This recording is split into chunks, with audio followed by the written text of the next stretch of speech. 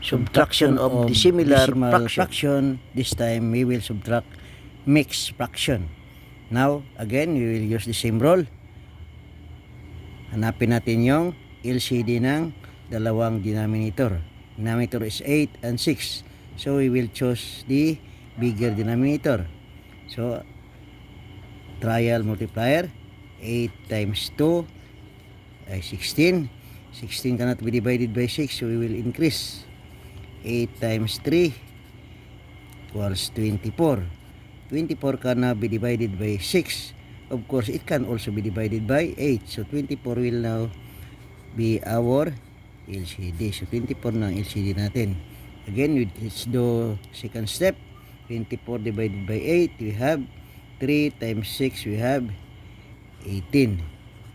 24 divided by 6, we have 4 times 2, we have 8. So we subtract 3 minus 1, we have 2. Then we subtract the numerator, 18 minus 8, we have 10 over 24. So copy the whole number. So our fraction is 2 and 10 over 24. So this fraction ay wala pa sa lowest term. Ating common divisor dito ay 2 para ma-reduce ang fraction into its lowest term. So 10 divided by 2 we have 5. 24 divided by 2 we have 12.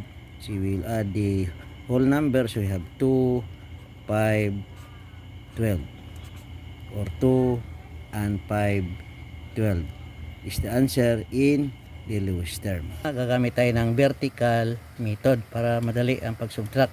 So tulad na sinabi ko, pwede tayo magamit ng shortcut. Dito tayo sa bigger or biggest denominator. 10 ang biggest denominator natin, kaya ito tayo magbase.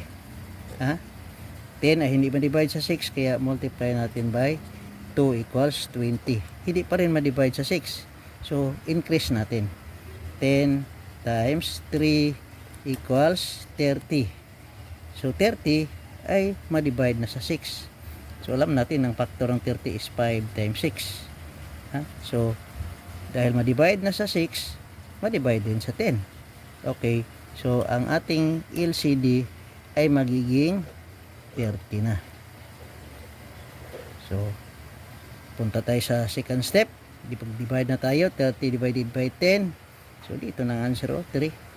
3 times 2 we have 6. Then 30 divided by 6, ang answer dyan is 5 times 3 we have 15. Dito tayo makakaproblema. Ang ating minuin is 6. Then subtract natin 15. Hindi yata. Kasi 6 man yun, 15. Hindi na pwedeng balik na rin. So anong gagawin natin? Manghiram tayo ng 1 dito kasi hindi man pwede makasubtract. Hiram tayo ng 1 dito sa 8. Ang 8 magiging 7 na. So yung hiniram natin tulad ng ginawa natin doon sa addition, ang 1 ay gagawin nating fraction. Make your whole number into a fraction equivalent to 1. So dapat similar dito sa ating, dapat 30 ang kanyang denominator. So gagawa tayo ng fraction equivalent to 1. Ang ating denominator ay 30. So automatic 30 ang ating numerator para pag i-divide natin, 30 divided by 30 equivalent to 1. So yun ang ginagawa natin para i-add natin dito ngayon yung ating hiniram na number. Doon 1 na nagiging fraction na. 30 over 30. So i-add natin 6 plus 30 equals 36 over 30. So pwede na tayong mag-subtract. Yung ating 15 over 30 pwede na nating i-subtract dito dahil nakahiram na tayo. Okay. So i-subtract natin. 36 minus 15. Ilan man? So you have 21 over 30. Kasi kopyahin mo natin yung ating common denominator. Pero mayroon pa tayo ditong whole number. 7 minus 3 equals 4. So yung atong whole number is 4. Mayroong fraction na 21 over 30. Now, ang atibang fraction ay nasa lowest term. tingin na ko wala. Kaya ang gagawin natin, hahanap tayo ng ating tinatawag na greatest common factor. Pero kung nag-study ka na doon sa ating table of multiplication, alam mo na kung ano yung magiging greatest common factor dyan. Ano ba ang factor ng 21? Is only 3 times 7. Walang ibang factor ng 21, 3 times 7 lang.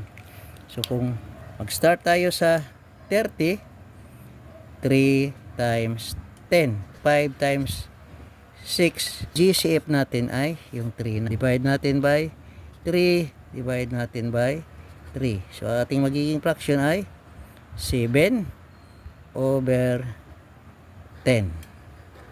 Then add natin yung ating whole number. Ang ating magiging answer ay 4, 7 over 10.